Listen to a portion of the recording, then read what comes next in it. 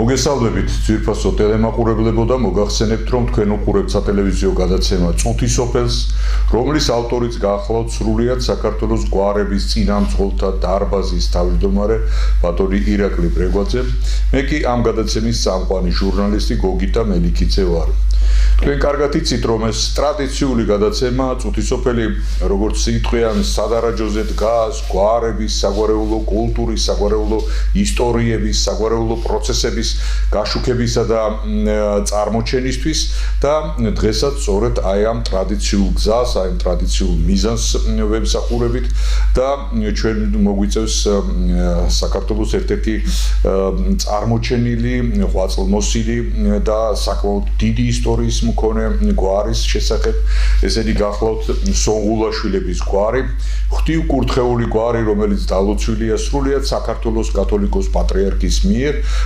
Am გვარს აქვს თავისი საგვარეულო გაერთიანება, აქვს ერთგვარი კავშირი, საგვარეულო კავშირი, გვარი გაერთიანებულია, თავისთავად ეს ერთობა, საგვარეულო ერთობა გაერთიანებულია სრულიად საქართველოს გვარების წინამძღოლთა დარბაზში და გარკვეულწილად ჩართულიც არის იმ დიდ ეროვნულ და საგვარეულო მოძრაობაში, რომელიც სრულიად საქართველოს კათოლიკოს პატრიარქის ილია მეორეს კურთხევით დაიწყო და აი ეს საგვარეულო მოძრაობა არის ძალიან ისეთი ნიშანდობლივი ფაქტი, რომ აი ამ მოძრაობით, აი ამ მოძრაობის სულისკვეთებით ჩვენ უბრუნდებით იმ ისტორიებს, რომელი ისტორიებიდანაც მოვდივართ ჩვენ, მოდის ჩვენი გვარი, ჩვენი ფესვები, ჩვენი წარმომავლობა და თუ ვინმეს აქვს მოსაგონებელი, გასახსენებელი და თუ შეიძლება ასე ითქვას სასაუბრო და სალაპარაკო თავისი გვარის შესახებ, რა თქმა უნდა, ასეთი არის სონღულაშვილების გვარით, რომლის წარმომადგენელიც გახლავთ ქალბატონი ბელა, რომელსაც მადლობას მოვახსენებთ დღევანდელი სტუმრობისთვის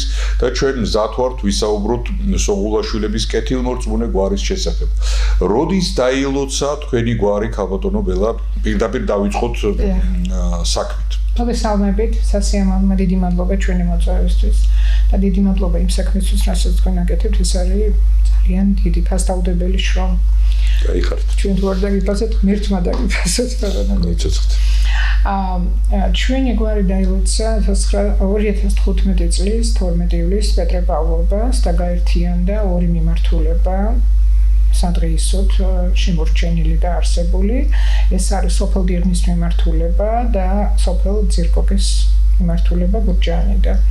ძირითადად, რა თქმა უნდა, იქიდან წამოსულები, სოფელ დიღმიდან წამოსულები, თბილისში ვერთიანდებით ყოველთვის, თბილისი საქართველოს დედაქალაქია, მაგრამ ჩვენი ძირი ამ ეტაპზე, ყოველ შემთხვევაში კომუნისტების დროიდან, კომუნისტ საბჭოთა პერიოდში იყო ეს ორი ძირი.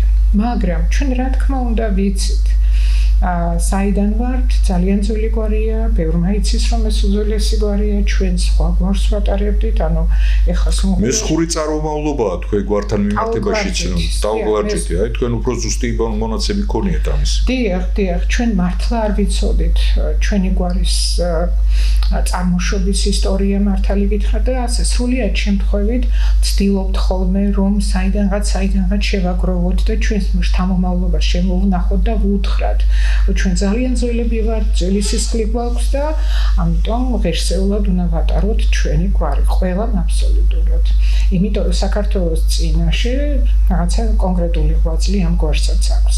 ჩვენი გვარი სულ ვიცით როგორ მცხეთის გუჯარებში პირდაპირ არის მითითებული ეს გუჯარი დაცულია და ყველა შეუძლია ნახოს თუ სურვილი ექნება. ასე წერია პირდაპირ, რომ საქართველოს ამირთა მირმა ლუმა სონხულის წემო და მისმა დისტულმა ლაჩანამო 1398 წელს სპონდიო შემოავლო მცხეთის თავარ ტაძარსო და მცხეთის თავარი ტაძარი მოგეხსენება ცოტა ცხოველი იყო ათადან და პაპადან და ის სპონდიო ეს არის ციპიქვით ნაშენი უზარმაზარი ღობე და ეს არის სონღულაშვილების ლომა სონღულისძის შემონაწერი დამცველობითი ფუნქცია ჰქონდა მას ყოველთვის და ახლაც იგივე მდგომარეობაშია და ასევე გორის მიდამოებში შეუწირია ვენახები. ეს პირდაპირ წერია და როგორ ფიქრობთ, არაგვის ერისთავი, სახელი და გვარიც წერია, არაგვის ერისთავი არის მოწმე. ამ ყველაფრის და მოგეხსენებათ რომ ამირობა ხომ ეს ადვილად ხელწამოსაკრავი თანამდებობა არ იყო, თანამედროვე პრემიერ-მინისტრის დონეა და მინიმუმ 2 საუკუნე მაინც უნდა ყოფილიყო ფეოდალიზმის დროს საერთოდ გვარი ადგილზე, რაღაც კონკრეტული დამსახურებებიც უნდა ქონოდათ, რომ ამირთამირობა მისთვის ებოძებინა, რა თქმა უნდა, მეფეს. ხო მართალია? და აი მაგისი წარმომავლობა ჩვენ ნამდვილად არ ვიცოდეთ თუ ჩვენი ფესვები ტაუკლარ ჯიჯში იყო და პირადად მე გადამხდა ეს ამბავი და ყოველთვის ვამბობ ამას. მე დასტური არ მაქვს წერილობით, იმიტომ რომ მოგეხსენებათ ჩვენი ალბედითი ყოფის დროს ყველაფერს ანადგურებდა დამპყრობელი და არაფერი არ შემოგვრჩა ხელწერილი, წერილობითი, მაგრამ როდესაც 1992 წელს ერთ-ერთი გასვლის დროს დედა იყო ერთ-ერთი სამინისტროს პროკავშირის თავმჯდომარე და როდესაც გაიხსნა თურქეთის მიმართულება, 2 მაშინ დიდი ავტობუსები იყო იკარუსი და წარმოიდგინეთ თქვენ 2 იკარუსი გავიდა თურქეთის სანახავად. ეს იყო რიზე, გერასუნი, სამსუნი და მე ვინაიდან სამედიცინო უნივერსიტეტს ვამთავრებდი, დამნიშნეს, ექიმად და მათ ჯანმრთელობას ვაკონტროლებდი. წავედით 3 დღე ვიყავით, გადმოვედით და დაღლილები, დაქანცულები ვართ ამ სარფის საბაჟოზე. მაშინ სარფის საბაჟო ასეთი მოწესრიგებული არ იყო, იქ იყო 120 კვადრატული ოთახი, მეტი არა. და ამ ოთახში შევიდა ხალხი თავისი პასპორტებით, გადიან კონტროლს, არის ერთი ამბავი და ამ დროს მე არ ჩაბედი. დედას გავატანე პასპორტი, რომ მეთქი დედა დაღლილი ვარ და შენ გაატარეთ, ხო და ამ დროს რეპროდუქტორში ისმის, რომ სონღოლაშვილი გამოცხადდეს საბაჟოზეო. კარგს რას ვიფიქრებდი? და კარგს რას ვიფიქრებდი და ესე იგი ჩავედი და ამ დროს ის დარბაზი აი ეს 2-ად გაიყო. მე მეგონა რომ რაღაცა დავაშავე და ასე აკანკალებული მივდივარ იმ მაგიდისკენ, სადაც ეს სარფის თურქი, ჩემი ჭკუით თურქიც მებაჟეები სხედა.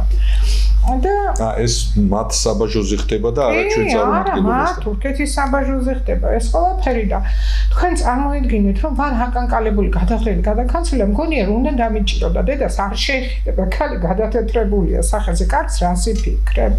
მით უმეტეს თურქეთის ჩვენ ძალიან ისე პირველი გასვლები იყო და არ ვიცოდით რა ხდებოდა და სონღულაშვილი მითხრეს ასე და კი მეთქი დიახ, თან დამტრეული ქართულით მელაპარაკებიან, ისე რომ აგებინებენ ყველაფერს და ერთი წუთიო და წავიდა და გამოვიდა სარფის საბაჟოს უფროსი, თურქეთის მხარის და გამოვიდა ეს ამხელა ესე ვაშებიანი კაცი დიდი იყო და ჩამეხუტა.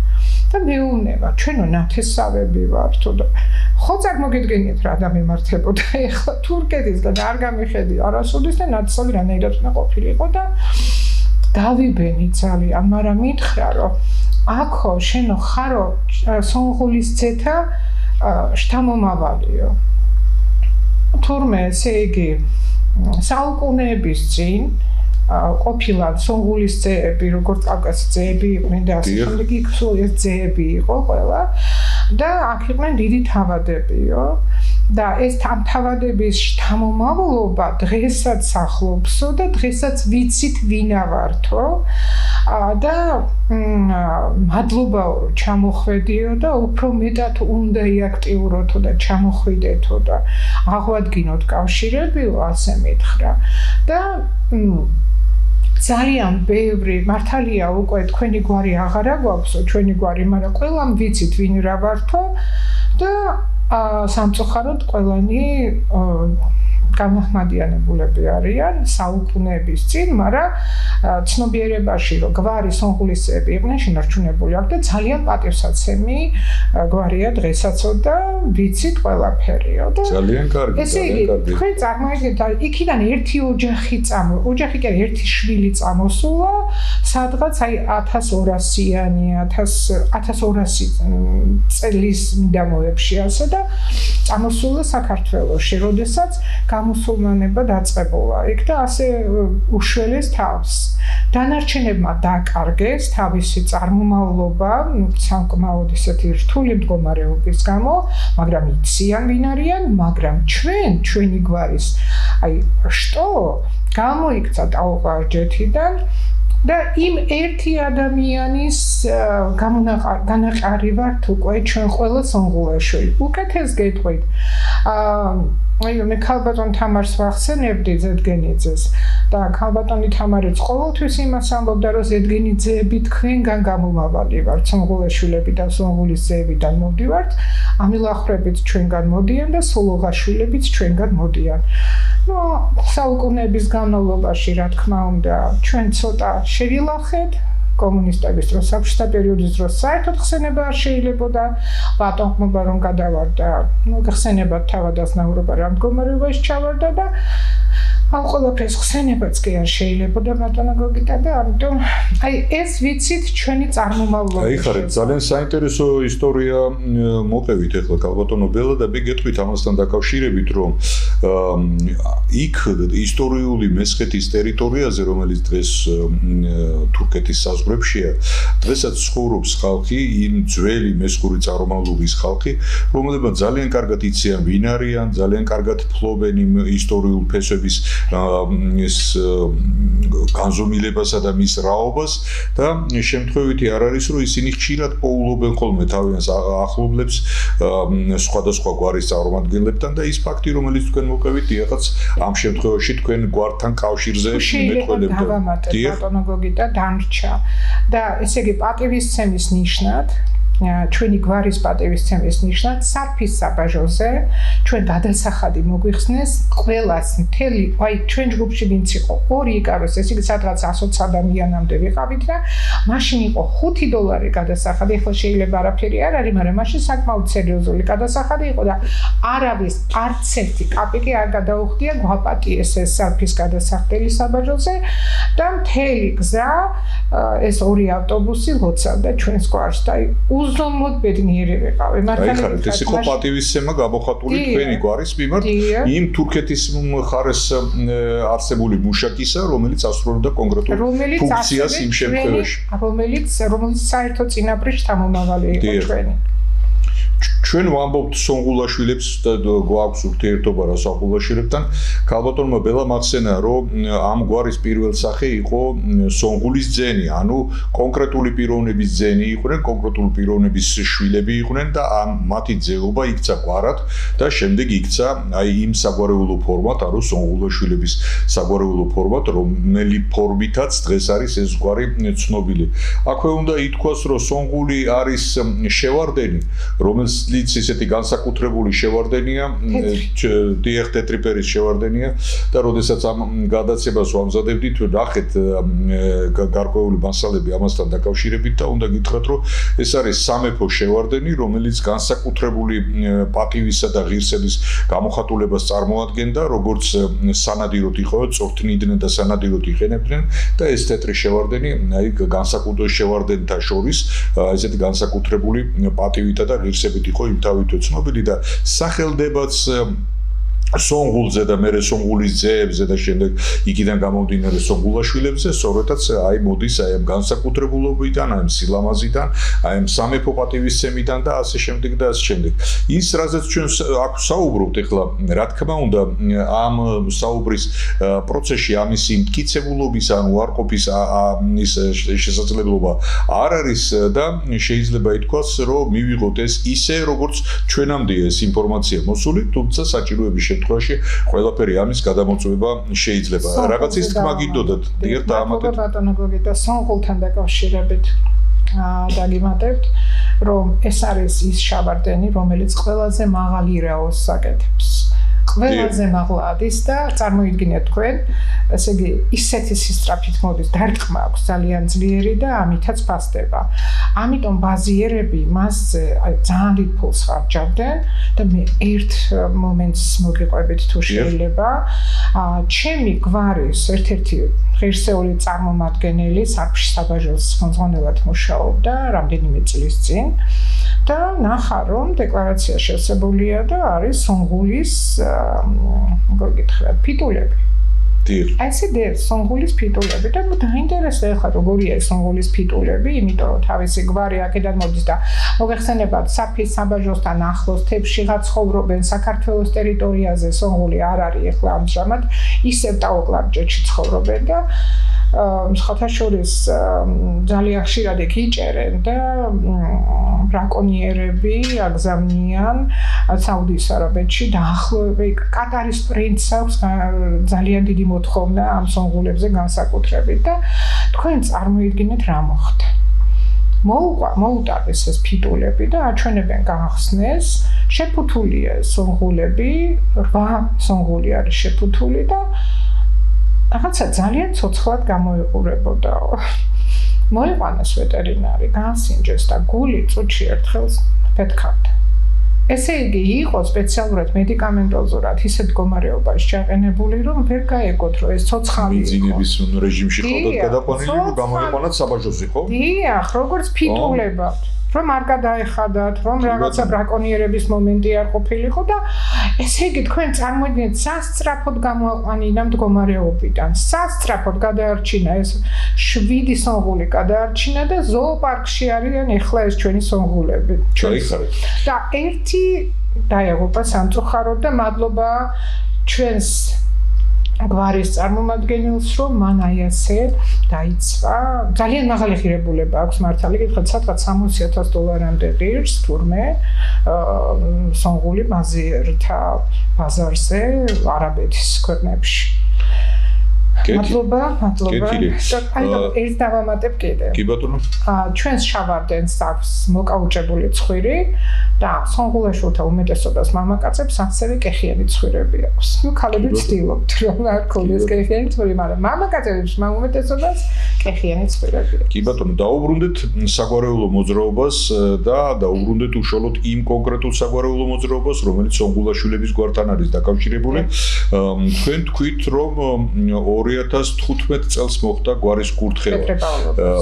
12 ივლისს 12 ივლისი პეტრე-პავლოვის დღეს გვარის კურთხევა ყველა გვარს მიაჩნია რომ ეს არის მადლის გადმოსვლა გვარზე თითოეულ გვარიშვილზე და ყველა გვარი ამ დღეს განსაკუთრებით აღნიშნავს ერთგვარი დაბადების დღეა სულიერი დაბადების დღეა გვარისთვის რამე თუ უპირველესი იერარქიის ლოცვა კურთხევა გადმოდის ამ დროს გვარზე და ძალიან მნიშვნელოვანი თარიღია და მე ვიტყოდი რომ ეს თარიღი დარწმუნებული ვარ არც სონღულაშვილების გვარისთვის არ არის ისეთი რიგითი თარიღი, როგორ აღნიშნავს თქვენი გვარი ამ თარიღს? ხშირად ხვდებით ხოლმე, ვერთიანდებით, ორივე მიმართულება და ვეფერებით ერთმანეთს. ორივე მიმართულებას ქართლის მიმართულება და კახეთის მიმართულება. ჩვენ ორი ძმის შთამომავლები ვართ. ჩვენ ერთი სისხლი და ხორცი ვართ და ძალიან გავართ ერთმანეთს. ძალიან კარგი, კარგი ადამიანები უნდა გავდეთ კიდევაც ერთმანეთს და დაუბრუნდეთ აი დღევანდელობას გვარის დღევანდელ პროცესს. ჩვენ არც თუ ისე ხშირად ხვდებით ხოლმე სრულიად საქართველოს გვარების ხდომათა დარბაზში, სადაც იმართება გვარების წარმომადგენლობა და შეხვედრები და სონღულაშვილების გვარის წარმომადგენლები იქ არ მახსოვს და ჩვენი შეხვედრა და ეს სატელევიზიო საუბარიც უნდა იქცეს ერთგვარ ისეთი კეთილ ბიძგად იმისა, რომ ჩავერთოთ ამ საერთო მოძრაობაში, მივიღოთ მონაწილეობა და იქ სადაც საგვარეულო ურთიერთობებზე და საგვარეულო დამოკიდებულებებზე არის საუბარი, იქ რა თქმა უნდა საჭირო და სასურველია, რომ ისეთი კარგი გვარი, როგორცაც თქვენ წარმოადგენთ, ჩართული იყოს და იცავდეს თავისი გვარის ინტერესებს. გარდა ამისა, ამას აქვს კიდევ მეორე მხარეც, რომ აგესრულება საგანგებო საეკლესიო მსახურება გვარის წარმომადგენლობის სახელზე. და ეს აღესრულება მხოლოდ იმ გვარის წარმომადგენლობათა სახელზე, რომელი გვარის წინამძღოლიც ესწრება ამ ღონისძიებას. თუ არ ესწრება, მაშინ ის გვარი სიჩუმეა და დუბილია იქ და ისა და სასურველია, რომ გვარის წარმომადგენელი ესწრებოდეს წირვას, საგვარეულო წირვას, რომელიც წელიწადში ერთხელ დგება და ტრადიციად არის ეს უკვე ქცეული. ყოველთვიურად, თითქმის ყოველთვიურად ტარდება საგვარეულო პარაკლისები, რომელიც სწორედაც ყველა გვარის სახელით აღესრულება და მონაწილეობს მხოლოდ ის გვარები, რომლებიც იქდგანან, რომლებიც ლოცულობენ, რომელიც თანამონაწილე არიან ამ პროცესისა და ეს არის სწორედაც ის საგვარეულო მოძრაობა, თუ შეიძლება ასე ითქვას, ესეთი სულიერი მიმართულება საგვარეულო მოძრაობისა, რომელიც ყველა გვარს იწვევს, ყველა გვარის წინამძღოლს იწვევს და თუ წინამძღოლი არ არის ამ შემთხვევაში წარმოდგენილი, შეიძლება იქ წარმოდგენილი იყოს აი ისეთი კარგად მოუბარი ქალბატონი, როგორც ბელა გახლავს დღეს თავისი გვარის სახელით და რომელიც წარმოაჩენს თავის გვარს. შეიძლება დიახ. ბატონო გოგიტა, ჩვენი გვარს არ აკლია სახელოვანი ადამიანები, შეიძლება ბევრად უკეთესად მოუბარი ადამიანები, როგორც კახეთის მიმართულებაში, ასევე ქართლის მიმართულებაში. ჩვენი ხელმძღვანელი, ჩვენი გვარის ხელმძღვანელი არის ბატონი ბიძინა სონღულაშვილი, კახეთის ყოფილი გუბერნატორი იყო ბატონი ბიძინა და არაფერი ეშლება მას. მე ვიცი, რომ ის ესწრებოდა, მაგრამ შესაძლებელია, რომ რაღაცა გამორჩა, არ ვიცი ხა ზუსტად, არ ვიცი, მე ვიცი, რომ ესწრებოდა, იმიტომ რომ მე პირადადაც დამირეკავს ჩვენ გვისაუბრია კიდეც, მაგრამ შესაძლებელია არ გამოირჩა უბრალოდ. რაღაცა გვარი გამოირჩევს თავის მფარველ ხატს. ყველაფერი იქნება წესრიგში, კი ბატონო, ამაღლების ხატია ჩვენი მფარველი ხატი. უფლის ამაღლების ხატია საგვარეულო ჩვენ დავაწერინეთ ეს უფლის ხატი, ასევე გვაქვს ჩვენი დროშა, ულამაზესი საგვარეულო გერბი, რომელზეც ჩვენ ორივე მიმართულება საოცრად ვიბრძოდით, რომ ის ყოფილიყო, რაც აუცილებელი იყო და ულამაზესი საგვარეულო გერბი გვაქვს. სოციალურ ქსელში არის ჩვენი გვერდი სონღულაშვილთა საგვარეულო, რომელსაც აი პირდაპირ ავატარად აქვს ჩვენი საგვარეულო გვერდი. იქ არის აღწერილი ყველაფერი, როგორ მოხდა ჩვენი კურთხევა და შეგიძლიათ ამ ინფორმაციას ყველაფერს გაეცნოთ თავიდან ბოლომდე. ავიც ჩვენ ძალიან გვიყვარს ერთმანეთი მართალი გითხრათ და სულ ვცდილობთ, რომ ერთმანეთს დაეხმაროთ და გავუფრთხილდეთ, იმიტომ რომ ჩვენ ვართ ცოტანი ვართ ძალიან და სამაგიეროდ უამრავი სახელოვანი ადამიანი გვყავს.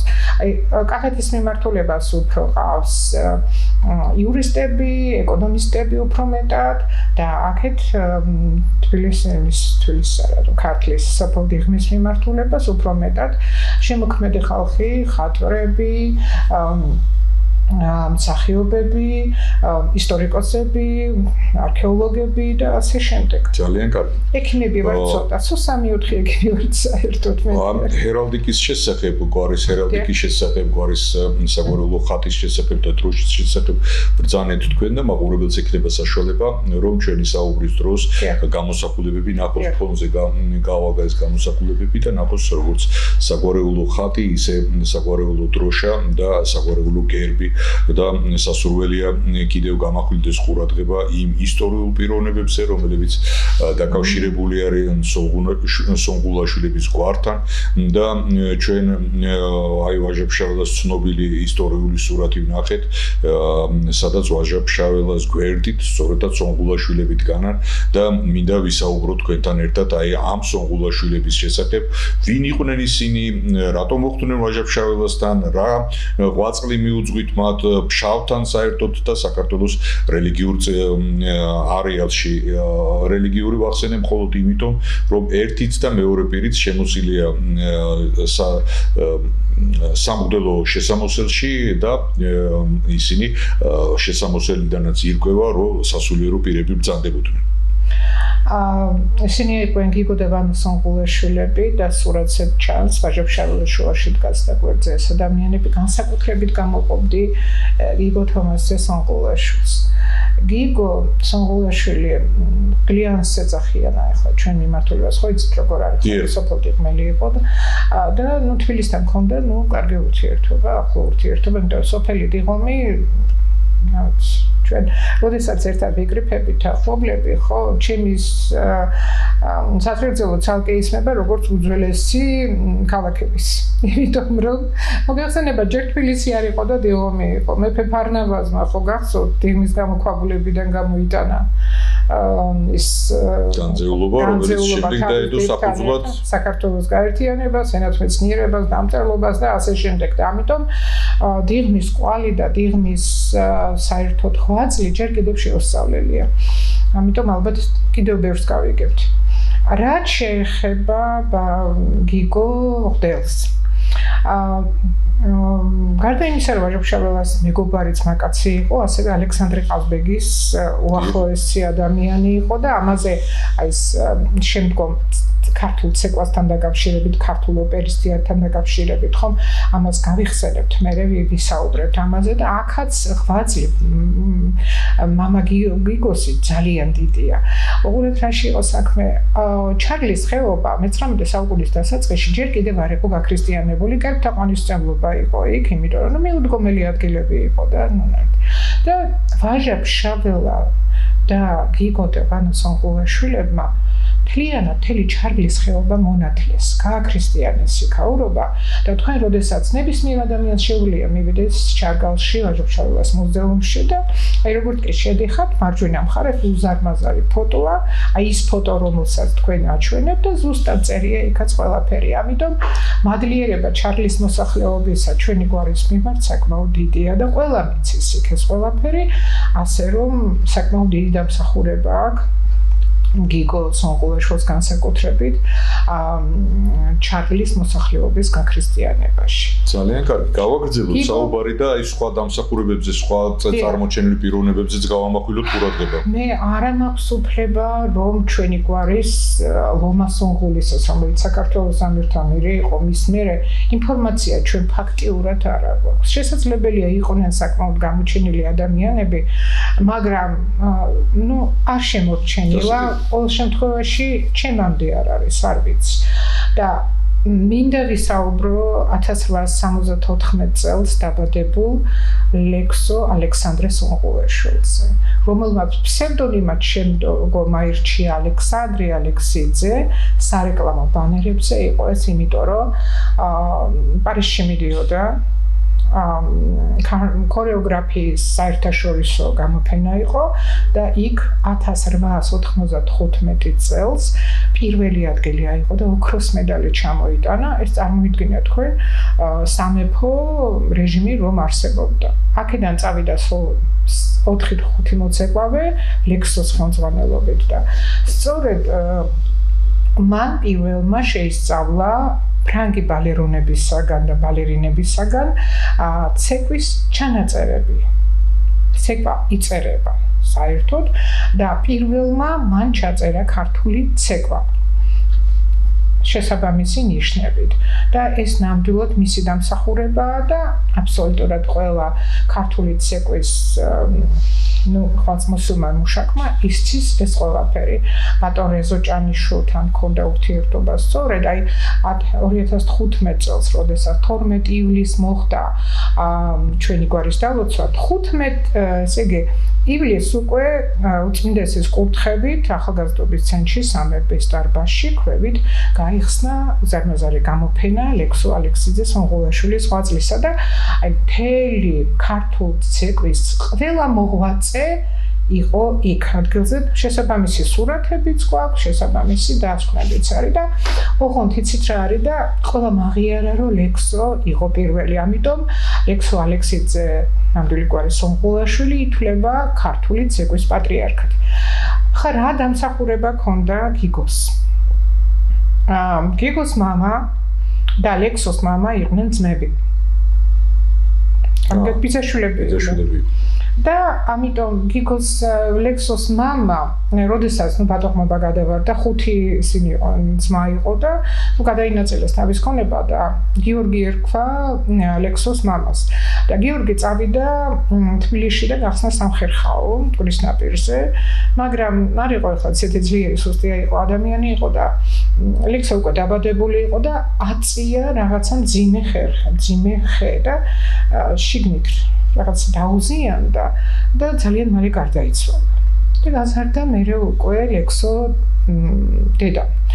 და ისინი ცხოვრობდნენ არსენას ქუჩის სასახლეში, მთაწმინდაზე. ამიტომ მას უკვე ალექსანდრე ყაზბეგმა მთაწმინდელი მოცეკვავე შეარქვა.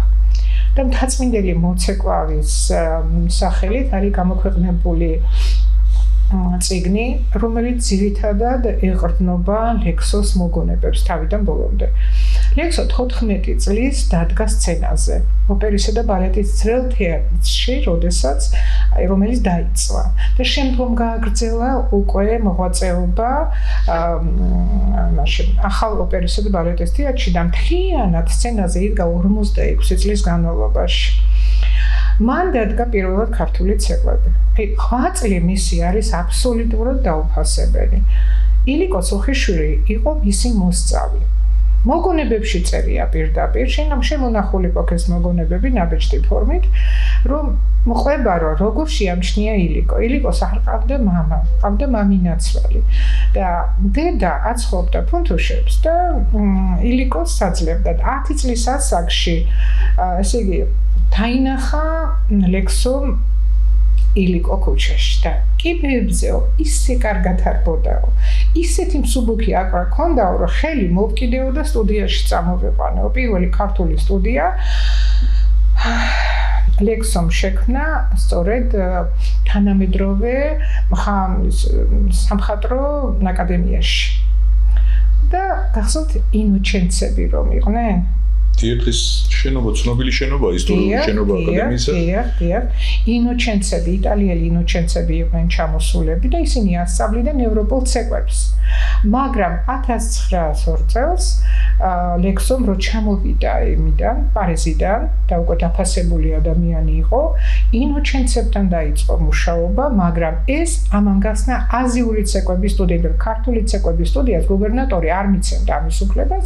ჩვენ ეს მასალები ყველაფერი გვაქვს ხელთ და აი ამ აზიური ცეკვების სტუდიაში დააწყებინა ცეკვა ილიკოსაც. და გვერდიდან არ მოუცილებია და თვითონ ილიკო წერს რომ მეო მამის ფუნქცია შემისრულაო.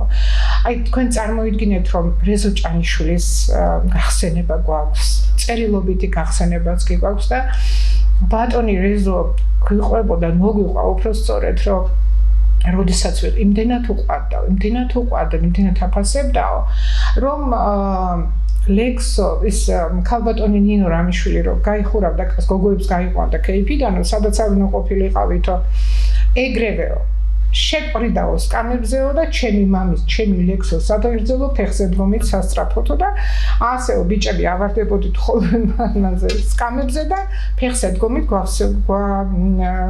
გვასვენებდა ლექსო ალექსიძის სათხეგრძელოს. ხო წარმოგიდგენიათ როგორ უყვარდა და მე ძალიან წდება გული რომ ლექსოს სხვა წლი ამდენად არ არის დაფასებული. კაცი რომ 46 წელი სცენაზე დგას, აბსოლუტურად ყველა პარტია დაუტოვა ილიკოს. ყველაფერი მისი იყო, მაგრამ და იყო კიდევ დავით ჯავრიშვილი და დავით ჯავრიშვილს დაუტოვა სტუდია. რაღაც გარკვეული წყენები ნამდვილად იყო ამასთან დაკავშირებით, მაგრამ დავით ჯავრიშვილი იყო უბრალოდ ცეკვის კი არა, სპორტული მომზადების მასწავლებელი და რა ვიცი ახლა ილიკო იყო ცეკვის მასწავლებელი, ისიც მასთან ერთად მუშაობდა. აი ასე, ამიტომ მე ბედნიერი ვარ, რომ ლექსო ალექსიძე სონღულაშვილი არსებობდა არა მარტო გვარის ისტორიაში, არამედ საქართველოს ისტორიაში და ქართული ცეკვა ფაქტიურად მან შექმნა, პირველი სტუდიაც მან შექმნა და თუ რამე დადგმებია ძველ ფილმებში, აბსოლუტურად ყველაფერი არის ლექსოს დადგმული ნამდვილად და გარდაიცვალა 34 წელს. მოცეკვავეთა დაავადებით მართალი გითხრათ, იმიტომ რომ წერებზე ძალიან კარგად გებოდა ბავშვობიდან და იმენ მართლა თვითონ ისწავლა. და ცერი, როგორ გითხრათ, დაუზიანდა და ვერ მიხედა და სეფსისით გარდაიცვალა. ძალიან დიდი ცარი იყო ნამდვილად, ასე რომ სონღულაშვილებს ეს მიმართულება ჯერ კიდევ ისახედი გვაქვს და აუცილებლად უნდა მივხედოთ. სწორედ აი ბატონი მამა გიგო ალექსანდრე ყაზბეკთან ერთად გაუყვალა გზა, თორემ რამდენი ნიჭიერი ადამიანი ვერ დაფასდა. ართავზანით. ეკლესიასთან ურთიერთობა და ეს საეკლესიო წრეებთან ურთიერთობა, აი მამა გიგო ახსენეთ თქვენ და ბას აი ფშავში ესეთი სასულიერო მოღვაწეობა. სხვა საეკლესიო მსახურები თუ იყვნენ სონღულაშვილების გვარში და თუ არის ცნობილი საეკლესიო მსახურები და თუ შეიძლება ასეთებზე ყურადღების გამახვილება? მამა ვაჟა ყავს გორჯაანში მუშაობს საეკლესიო მიმართულებით ძალიან კარგი პიროვნებაა ეხლა ამჟამად და იყო კიდევ ერთი ბერი რომელიც შესახებ ინფორმაცია ძალიან მწირია მართალი გითხრათ უბრალოდ ჩამონათვალში ვნახე ერთხელ მეტი მე არ ვიცი შესაძლებელი არის მაგრამ მე არ ვიცი იმის გამო რომ თქვენი გვარი ჩართული იყო თბილისთან ახლოს ცხოვრობდა დიღომ სოფელი დიღომ მივახსენეთ უკვე და თბილისთან ახლოს ცხოვრობდა შესაბამისად შესაძლებლობა ეძლეოდა იმისა რომ ჩართული ყოფილიყო ყველა იმ საზოგადოებრივ და საერო მოღვაწეობაში რომელიც იმ პერიოდში მიმდინარეობდა და ამ თვალსაზრისით ერთ-ერთი უმნიშვნელოვანესი პროცესი იყო წერა-კითხვის გამავრცელებელი საზოგადოება და რა ურთიერთობა ჰქონდა თქვენ გვარს და თუ იყვნენ წარმომადგენლები რომლებიც ილიასეულ აკაკისეულ იაკობ გოგებაშვილისეულ წერა-კითხვის საზოგადოებას უდგენ მხარში. ნამდვილად მიამაყება რომ შეუცვლელი მოლარე ბუღალტერი ამ წერა-კითხვის გამავრცელებელი საზოგადოების იყო ბიძაშვილი სწორედ ლექსოსი და გიგოს ძმისშვილიც. ეს იყო იროდიონ სონღულაშვილი. იროდიონ სონღულაშვილის შემიძლია საათები ვილაპარაკო მის გვაძლის 15 წუთი გვაქვს დრო არა ძალიან ბევრი მაქვს ლაპარაკო იმიტომ რომ ჩვენ ყველაფერს თავი გავანებოთ იროდიონის დამსახურება რომ არ თქვა არაფრით არ შემილია იმიტომ რომ ეს ნაკლები ექვთიმე თაყაიშვილს თუ რამე გაუკეთებია იროდიონის გარშე არაფერი არ მომხდარა გნებავთ აუკლარჯეთში მოგზაურობა გნებავთ რამის შეგროვება გნებავთ აი შეგროვილის ნახვის ყიდვა აი ყველაფერს გაყიდიდა იროდიონი და ოღონდ ის საგანძურად ექცია და უკეთეს გეტყვით კიდეთ ეს ნაკლებად არის სამწუხარო ცნობილი და სამწუხარო თუ რა ვიცი სასიკეთოდ ამას ვერ გეტყვით იმიტომ რომ ჩემი პაპა ადამი რომ გარდაიცვალა მან მითხრა საიდუმლოდ მე და მამა ვიჯექით მარტო და ამას რომ ვერ წავიღებოთ ანუ და უნდა იცოდეთო და ნუ ახლა წარმოიდგინეთ ჩვენ ველოდებით რომ არიქა განძიაკ სადღაც დაფლული აი უნდა გვითხრას მაგრამ გითხრა ასეთი რამე იცოდეთო რომ ომი რო დაიწყო თურქეთ-რუსეთის ომი ადრე თურქეთ-რუსეთის ომი რო დაიწყო იროდიონმა ექვთიმე თაყაიშვილმა საგანძური ქართული საგანძური იროდიონის სახლში ამოიტანეს და მარანში იყო იმითო სანდუკებითო და ეს ვიცოდით მარტო გვარის სამმა ოჯახმა რომლებმაც ჩამოზიდეთ მამაჩემი იყო ჩართული შილო ვისაც ენდობოდა იროდიონია და მე წაიღეს და მე საერთოდ პარიზში წავიდე ეს ამის დოკუმენტი მე არ მაქვს მე მაქვს პაპაჩემის და გვარის რამდენიმე წევრმაც დამიდასტურა რომ იცოდეთ რომ მივიკითხე მოვიკითხე მაგრამ ჩუმად ვიყავით ახლა კომუნისტების დროს რას ვიტყოდით მაგას და წარმოიდგინეთ თქვენ რომ პაპა მიყვება ასეთ რამეს რომ პატარა ვიყავიო მაშინო და იროდიონის დედაო ძალიან კარგ ჩურჩხელებს აკეთებდაო და ბიჭებიო ვიპარებოდით ხოლმეო იქო არანშიო და ჩურჩხელებს ვიპარავდით ხოლმეო და აი ფესარბეუნეოდა ეს ქალი იმიტომ რომ ბევრი ქონდაო ხოლმე მოგშვიდავ და შევედითო და ნახეთ რომ სანდუკები იდო ბევრი სანდუკები იდო და ერთიო ახადეთო და მასოსო რომ ის ჩემი მეგობარი იყო და ქოშებია იყო ბრჭყიალებდა ქოშები ესე წვეტიანი ქოშები იყო და გამოვედითო და ქუჩაში დავდიოდით უბანში ვარ და დავცინოდით ერთმანეთს ხან ერთს ჩაისმე და ხან მეორე და ჟანდარმა გამოიარა მაშინ ჟანდარმები იყვნენ და მოგკიდა ხელიო და წავიყვანა პოლიციაშიო ჟანდარმერიაში დიღომში და თან ჩამოგვართვა ეს ქოშებიო და იმიტომ რომ იროდიონიშვილი ის ნაცსავ ვიყავიო ბიძაშვილიო მე ხელი არ დამაკარესო და მაგრამ ისინი ცემესო ძალიან გაროზგესო ისინიო და ეს წაიღეს ეს ქოშებიო და მე იროდიონმა მოსთხოვდაო რომ ესო თამარის ქოშები იყო ეს რა გააკეთეთო ასე რომ აი მე ის თამარის ქოშები ჟავანაძის დროს სადღაც ამოვარდა ხრუშოვის ცოლისთვის იმიტომ რომ ჩვენი მეტრო უნდა გაეკეთებინათ რაღაცა ესეთი ინფორმაცია მოვიდა და ასე რომ იროდიონს ამ მიმართულებითაც სერიოზული საქმე აქვს გაკეთებული და ყველა ნუ ამბობს რომ თაყვებავდა ექვთიმეს ძალიან დიდი ბოდიშით მაგრამ არც ეგრე არ იყო საქმე იროდიონმა ვერც სახლი გააკეთა ვერც ოჯახის შექმნა, რასაც იღებდა, რასაც ჩოლობდა, ყველაფერი მიდიოდა პარიზში ექვთიმესთან და 100 ექვთიმესთან და 100-ზე მეტი წერილია შენარჩუნებული ხელნაწერთა ინსტიტუტში და სამწუხაროდ ვერ მივედით, ვერ მივედით იქამდე, რომ ეს წერილები გამოვაქვეყნოთ. მადლობის წერილები ექვთიმესგან და ძალიან გულდასაწყვეტია, რომ ფილმიც გადაიღეს და იქ ერთგან არის მხოლოდ და მხოლოდ მოხსენიებული იროდიონი, რომ ეკითხებიან, რომ ის როგორ არისო და იროდიონმა ყველაფერი კარგად იცისო, ექვთიმე ამბობს. ექვთიმე დაასაფლავა იროდიონმა. და იმდენად ახლობლები იყვნენ, მოწაფე შვილის მაგერ ექვთიმეს არასოდეს არ ყოფილა ყოლია შვილი. და მის გვერდით იდგა ყოველთვის იროდიონი და თქვენ წარმოიდგინეთ ვაკის სასაფლაოზე იროდიონი დასაფლავებული იყო ექვთიმეს გვერდით, სანამ ექვთიმეს გადაასვენებდნენ. ეხლაც იქ არის იროდიონი დასაფლავებული, ახლა უცხო ადამიანს ხო არ დაესაფლავებოდნენ გვერდზე, ხო? ამიტომ ეს ღვაწლი მისი ნამდვილად შესასწავლია და მისახედია. ძალიან კარგი მწერალი იყო, მირანდო ღვთიათმობილი აქვს დაწერილი სასანიანთა შტოზე, მე-5 საუკუნის ამბებია მოყოლილი და მაგრამ ნუ რა ვიცი, ეს მიმართულება სამწუხაროდ. და მინდა ნამდვილად ვახსენო მიხეილ ჭიაურელი, რომლის დედა იყო სოფიო სონღულაშვილი, ვინაიდან მცირე დრო ამასაც ვიტყვი და სოფიკოს თავისი ბებიის სახელი ერქვა. და მოგეხსენება ჭიაურელები ჩამოსახლებულები იყვნენ სოფელ დიღომში და ზეცი-ზეთ იყო სონღულაშვილების ოჯახში, ასე რომ ნახევრად სონღულაშვილი იყო ჩვენი დიდი რეჟისორი მიხეილ ჭიაურელი.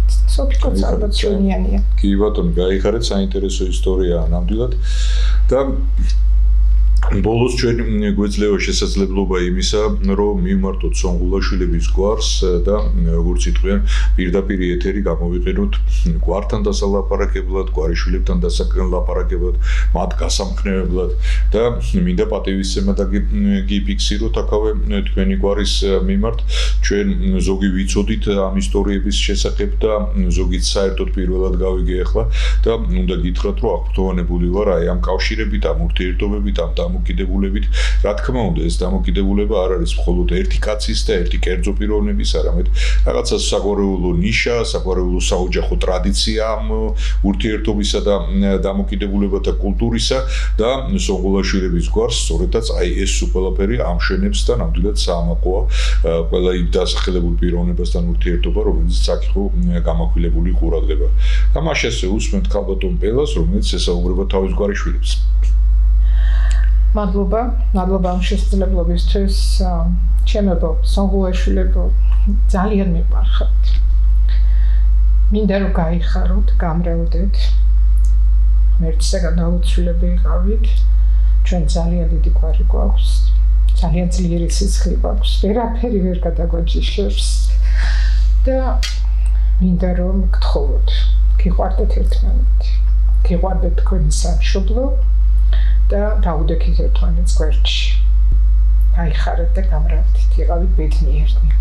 ღმერთმა დაგიცვათ, გაგაძლიეროთ და გაბედნიეროთ. მადლობა ბატონო გოგიტა. გაგახაროთ, ღმერთმა იცოცხლეთ.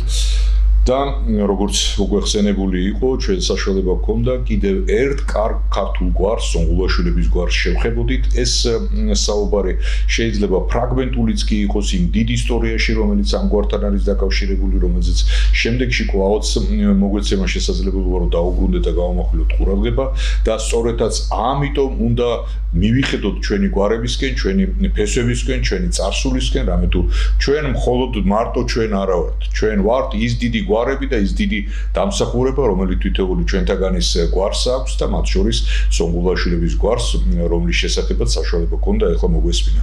მადლობა ქალბატონ ბელას სტუმრობისთვის. ურმეს მადლობა მოწვევისთვის და ღმერთმა გაგახაროთ, გაგაძლიეროთ, გაბრალოთ.